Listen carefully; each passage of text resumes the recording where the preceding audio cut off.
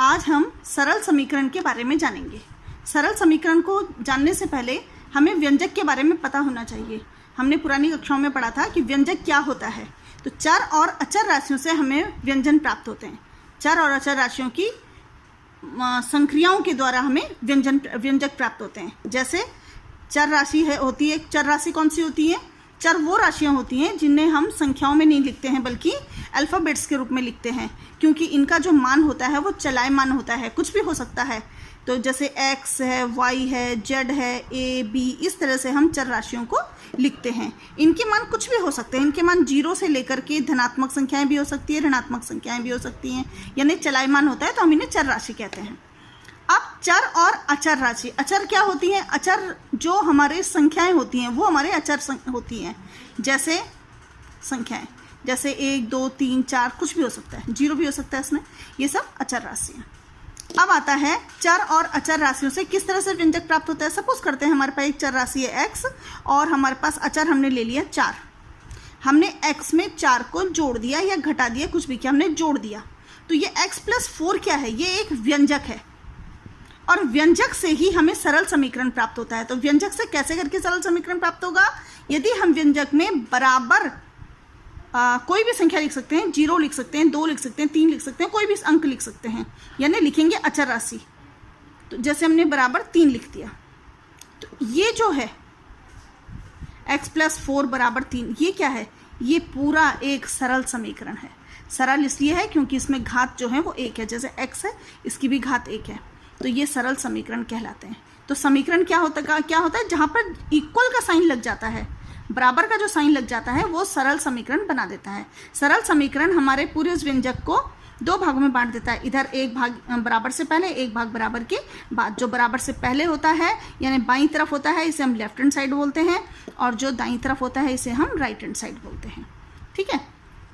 अब आता है कि इस चैप्टर में हम लोग सरल समीकरण बनाना भी सीखेंगे और उन्हें हल करना भी सीखेंगे। तो सरल समीकरण किस तरह से बनते हैं? तो कोई यदि कथन हो हमारे पास, उस कथन के आधार पर हम सरल समीकरण बना सकते हैं। जैसे मान लेते हैं हमारे पास है कि एक संख्या में या किसी संख्या में 4 जोड़ने पर हमें 6 प्राप्त होता है। सपोज ये किसी संख्या में 4 जोड़ने पर 6 प्राप्त होता है। तो किसी भी संख्या में 4 जोड़ो, तो मान लेते हैं वो संख्या जो है x है, हमें पता नहीं है, अननोन संख्या है, कुछ भी हो सकती है, तो वो चर होगी, तो वो x है। उसमें हमने 4 जोड़ा तो हमें क्या प्राप्त हुआ? 5, यानी कि बराबर जो हमें मिला वो मिला हमें 6, बराबर हमें 6 प्राप्त हुआ।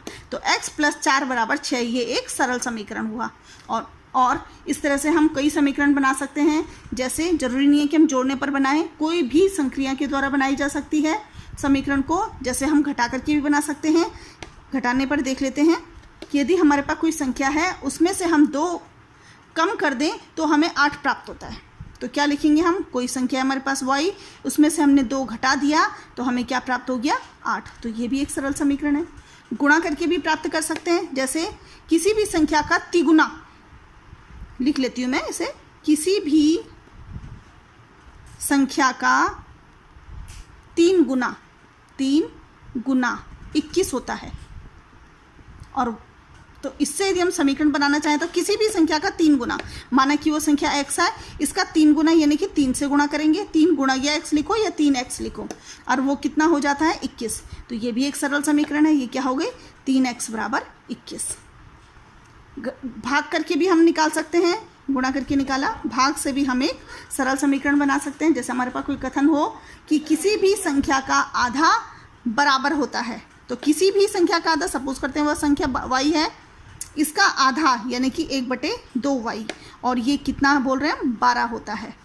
तो यहाँ पर ये क्या हो जाएगा? इसको हम ऐसे भी लिख सकते हैं कि y/2 बराबर 12। तो यहाँ पर हमने देखा कि कथन के आधार पर हम सरल समीकरण बना सकते हैं। अब जो सरल समीकरण बनते हैं, उन सरल समीकरण को हम हल भी कर सकते हैं। ये गणित की एक वर्कशीट है। इसमें देखिए, निम्नलिखित कथनों को समीकरण के रूप में लिखिए। किसी संख्या में 9/4 जोड़ने पर योग 25/2 प्राप्त होता है। मान लेते हैं कि वो संख्या x है और x किसी संख्या में 9/4 जोड़ने पर, यानी कि x में हम जोड़ेंगे 9/4 और हमें क्या मिलता है 25/2। तो ये भी एक समीकरण है। बाद में हम इस समीकरण को एलसीएम लेकर के हल करके एक सरल समीकरण के रूप में बदल सकते हैं। किसी संख्या में 4/5 घटाने पर, मान लेते हैं वो संख्या x है, इसमें से 4/5 घटाने पर, तो ये घटा दिया हमने 4/5, कितना शेष प्राप्त होता है 19/5। किसी संख्या के दुगने में से, तो मान लेते हैं कि वो संख्या क्या है x, इसका दुगना यानी कि 2x में से 2/3 कम करने पर, कम कर दिया हमने, घटा दिया, 2/3 को घटा दिया, तो हमें क्या प्राप्त होता है 13/2 प्राप्त होता है। या किसी संख्या के 5वें भाग में से, 5वां भाग, तो एक संख्या हम ले लेते हैं x, इसका 5वां भाग यानी कि 1/5, इस संख्या का 1/5, इसमें से 5 घटाने पर, तो इसमें से हम घटाएंगे 5 और हमें कितना प्राप्त होता है 33। तो इस तरह से आपने देखा कि यदि हमें कोई स्टेटमेंट मिलते हैं, कथन मिलते हैं, तो हम उसमें सरल समीकरण के रूप में उसे बता सकते हैं। अब निम्न समीकरण को कथन के रूप में लिखिए, बिल्कुल उल्टा है। यहाँ पर आपको समीकरण दिए हुए हैं, इसको आपने कथन के रूप में लिखना है। कुछ भी लिख सकते हैं, जैसे 3x - 8 = 35। हम मान लेते हैं कि किसी संख्या के बारे में बात हो रही है, x इसमें एक संख्या है, तो हम क्या लिखेंगे इसमें, किसी संख्या का 3 गुना, 3 से गुणा किया है, तो ये होगा किसी संख्या के 3 गुने में से घटाया गया है 8 को, तो 3 गुने में से 8 घटाने पर 35 प्राप्त होता है। क्या लिखेंगे, किसी संख्या के 3 गुने में से 8 घटाने पर 35 प्राप्त होता है।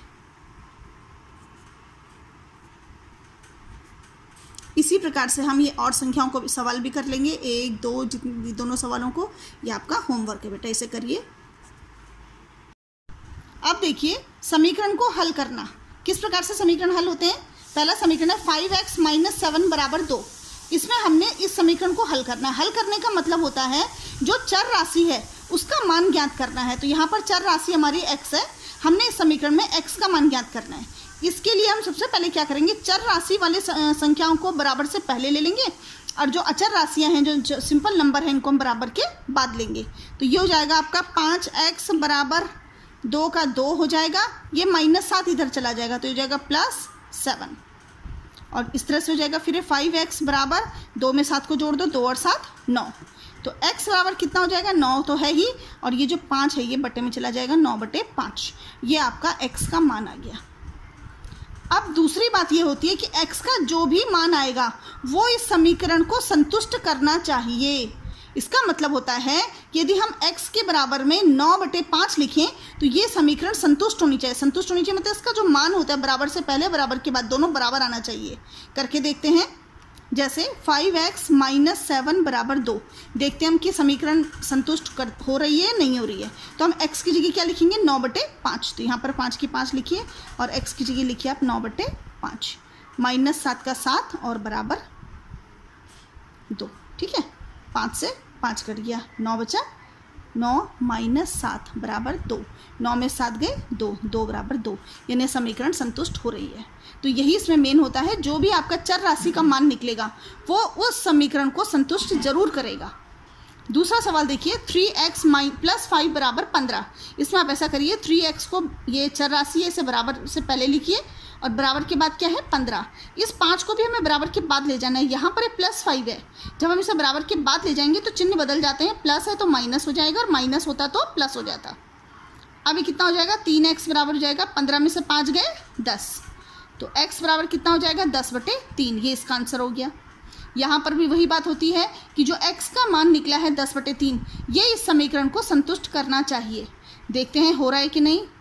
3x + 5 बराबर है आपका 15, तो जो x है उसका मान कितना है 10/3। तो यहाँ पर लिख दीजिए x की जगह में 10/3 + 5 का 5 बराबर 15 का 15। 3 से 3 कट गया, 10, 10 और 5 15, 15 बराबर 15। ये संतुष्ट हो रहा है।